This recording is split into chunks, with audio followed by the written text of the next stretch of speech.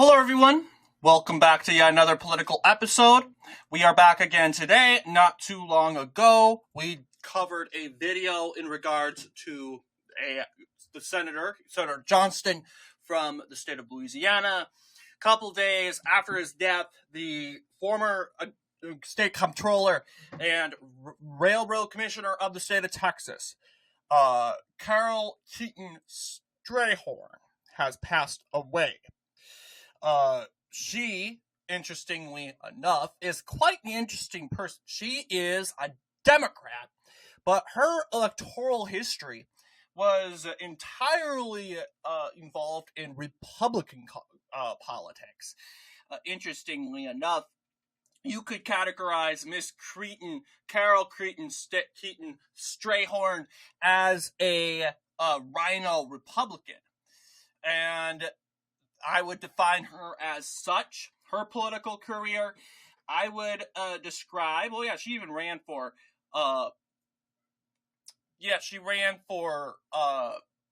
Governor, but lost. She tried to run. Where is her name? Oh yeah, right here. Carrie Keeton Strayhorn, of course. She managed to carry some counties in green in the said county map. But obviously, she lost, winning only 18%. She was an independent. But we'll get to that in a little bit. But let's talk about partisan affiliations. In her campaigns for school board and mayor, Keeton was not identified by partisan affiliation, since those posts are elected on a nonpartisan basis. Keeton was a Democrat until the mid-1980s. She served as Democratic nominee Walter Mondale's campaign chair in Travis County during the 1984 presidential election. Keeton switched parties and became a Republican in 1986 when she was the GOP nominee for the House seat held by J.J. Pickle. She was elected railroad commissioner and then comptroller as a Republican, and ran for governor in 2006 as an independent. In 2014, she returned to the Democratic Party nearly 30 years after having left it. Usually, we don't see that happen. Usually, when you're gone, you're gone. We don't usually see people return back. Well, I guess Donald Trump used to be a Republican, but it took him a while to go back to the Republican Party. He was reform. He was an independent. He was even a Democrat for a while. And then, in like 50 years, I'm guessing, he returned to the Republican Party. But yeah, this was a pretty quick swing back. So let's go ahead and talk about the electoral history. First off, she is, after all, the mayor of Austin, a very liberal city. And obviously, they clearly said, she was elected on a nonpartisan basis. And I would imagine, having ran as helping Walter Mondale in 1984, she kind of used that to her advantage in this very liberal city. And obviously, with those progressive views, she managed to win that election. And going forward, afterwards, she was mayor of Austin from 1977, February 1984. So actually, I correct myself. She did not use that to her advantage because the election of 1984 did not happen yet. But she did definitely have those progressive views and used that to her advantage to help Walter Mondale in the long run. And as a result, she was mayor for a while until she ran for railroad commissioner, which, if you are unaware, is an at-large office, meaning we vote for the railroad commissioner at large, statewide, abroad. This is Texas Railroad Commissioner. And we don't really necessarily have the maps or general information about that, unfortunately. But I would imagine, obviously, she won those races. So, railroad commissioner, ideally, the nominee.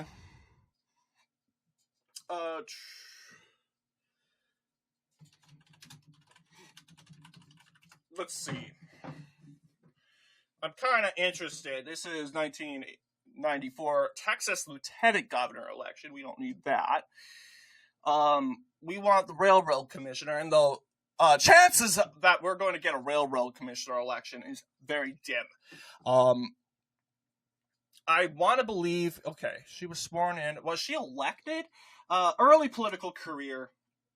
As Carole Keeton Relander, she won election to the Texas Railroad Commission. So, yes, she was elected in 1994 by beating Democratic incumbent Mary Scott Nambers and Ann W. Richards, appointee. Okay, yeah, this is horrible grammar, by the way. I'm just reading the paragraph. Horrible grammar. People criticize me for my horrible grammar, but this is horrible.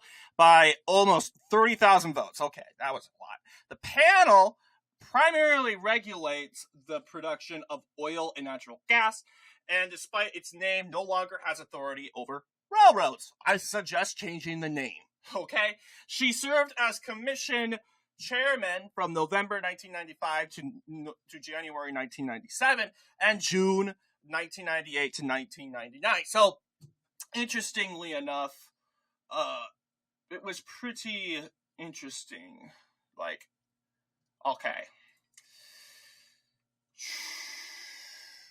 Yeah, we don't have any map displaying that Texas Railroad Commission election. But she only served one term because in 1998 she would run for comptroller, and that race we actually have info on.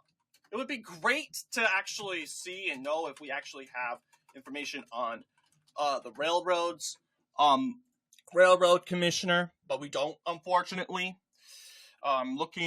Scanning through. This is Comptroller General. 1998, you can clearly see that, yes, it was pretty close. Like, look at this. Yeah, this was one of the most closest comptroller races ever. You can clearly see Carole Keeton Relander, and her name is disputed. She was formerly known as Carole Keeton McClellan and Carole Keeton Relander, but now she goes by Carole Keeton Strayhorn. That's her legal name now, because I guess she got married or she got divorced. She changed her name, but during this election, she was known as Relander. So, just to not really confuse people, we're just going to call her Carole Keeton Strayhorn. But looking here, you'll see, yeah, you wonder how did she manage to win this election? It was super close. She won it by 0.5%. Why? Well, you'll see clearly Dallas County going for her opponent. Barely. She almost won Dallas County. She lost it, which was big. El Paso is pretty big here. She even lost San Antonio, although it was pretty close. Harris County was pretty Republican in the 90s, but it voted for Hobby. In Austin, like, I guess the people of Austin were not happy that she ran as a Republican. But as you can clearly see, she lost that county pretty handily, despite being from that county. The closest is probably Dallas County. It's very close. But yes, you can clearly see this was not enough for Paul Hobby to win, despite winning in all those suburbs. I can guarantee you, probably in that election, a lot of people were thinking that Paul Hobby would likely win, because how you determine who would win an election is you look at the precincts, you look at the counties, you study them and say, okay, in order for so-and-so to do good, you got to do good in the populated areas. That's just the expectation. You got to do good in the populated areas. But how did this work out for Strayhorn? I can tell you how this worked out for Strayhorn. Because, yeah, you'll see Dallas County was pretty close. You also got Bexar County, which has San Antonio, pretty close. Harris County, pretty close.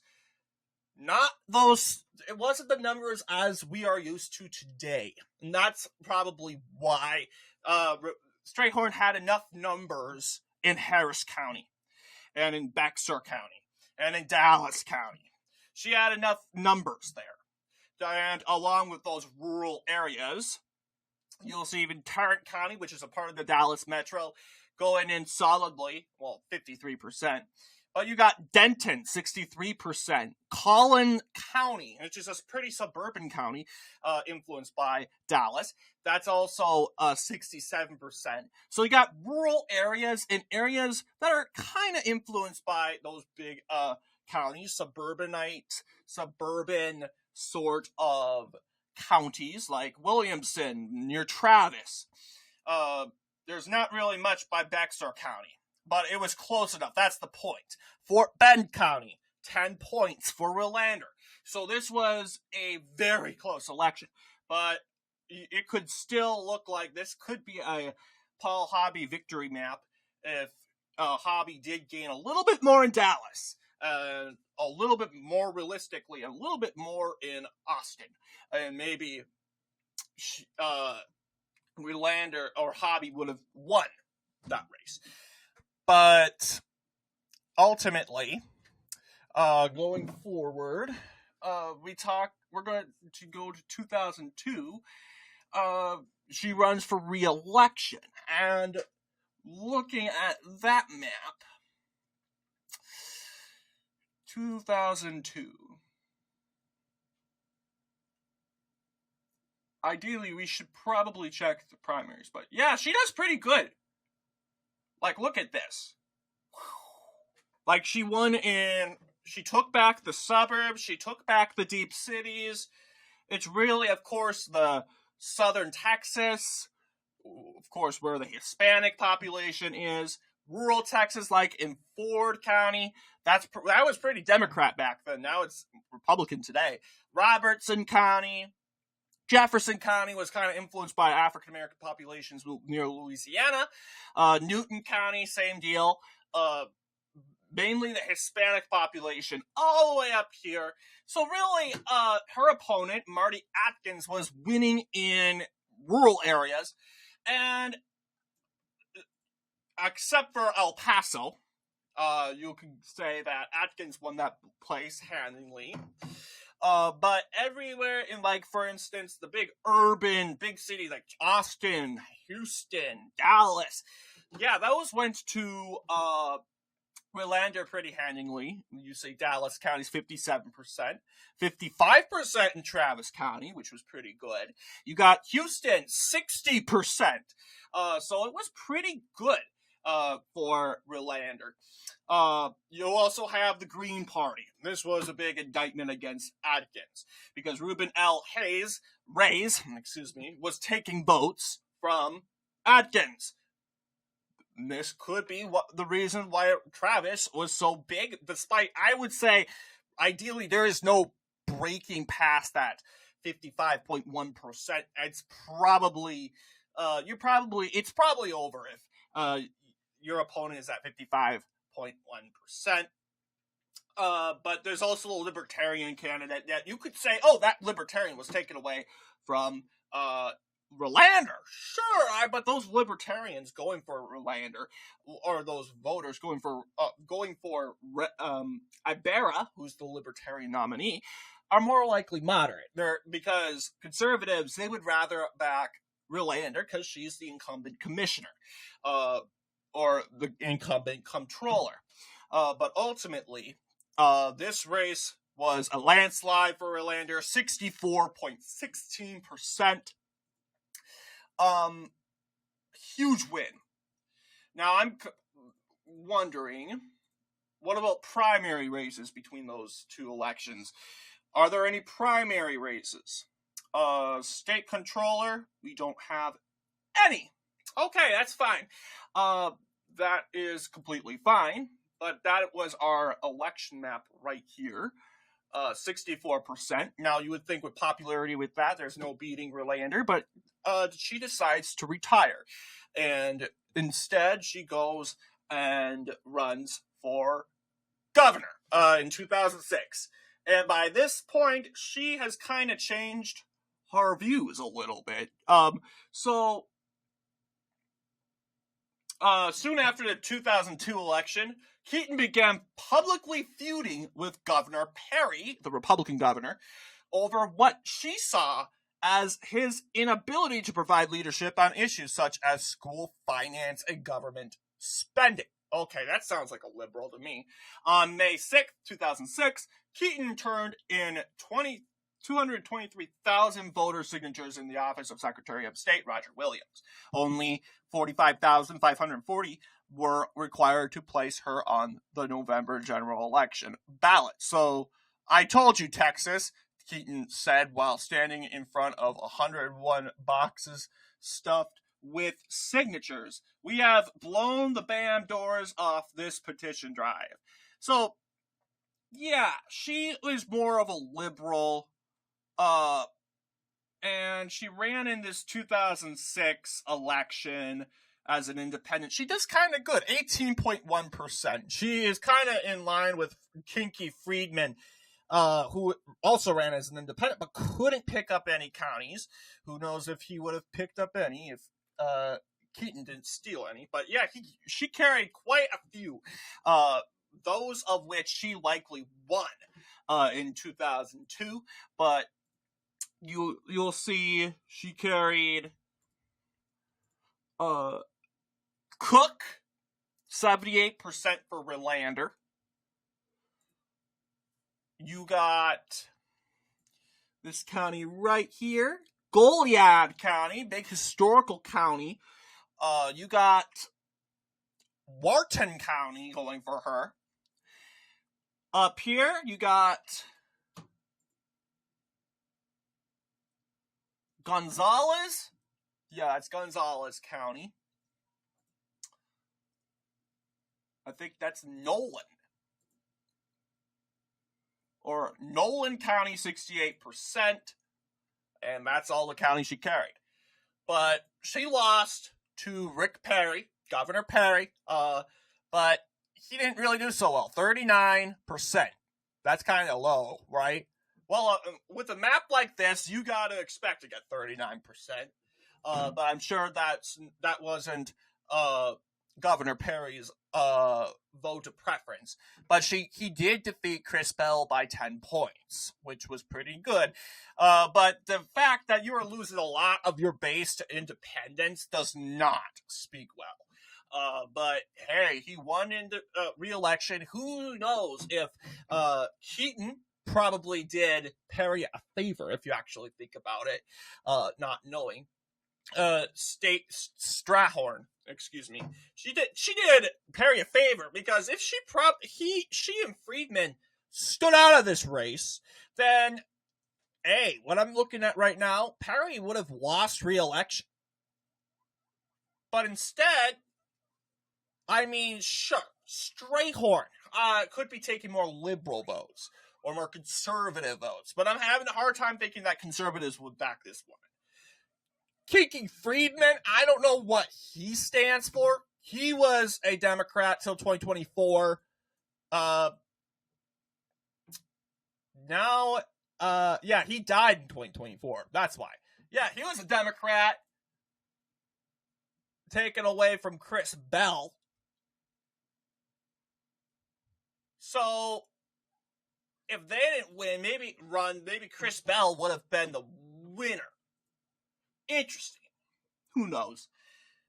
But after that 2006 campaign, she steps out of politics and basically doesn't run for any more elections. And going forward, she is, of course, deceased now as of today, March 26th, which is not today, 2 days ago. But she sadly passed away. She died at the age of 85 in her town of Tarrytown, Texas. Don't really know much about her and what she stands for, but a tragedy is a tragedy, and we will pay respects if a tragedy is ever mentioned or heard of. Anyway, what do you guys think in regards to this video? Let me know down below. And as always, see you guys in the next political episode. Rest in peace, Carole Keeton Strayhorn.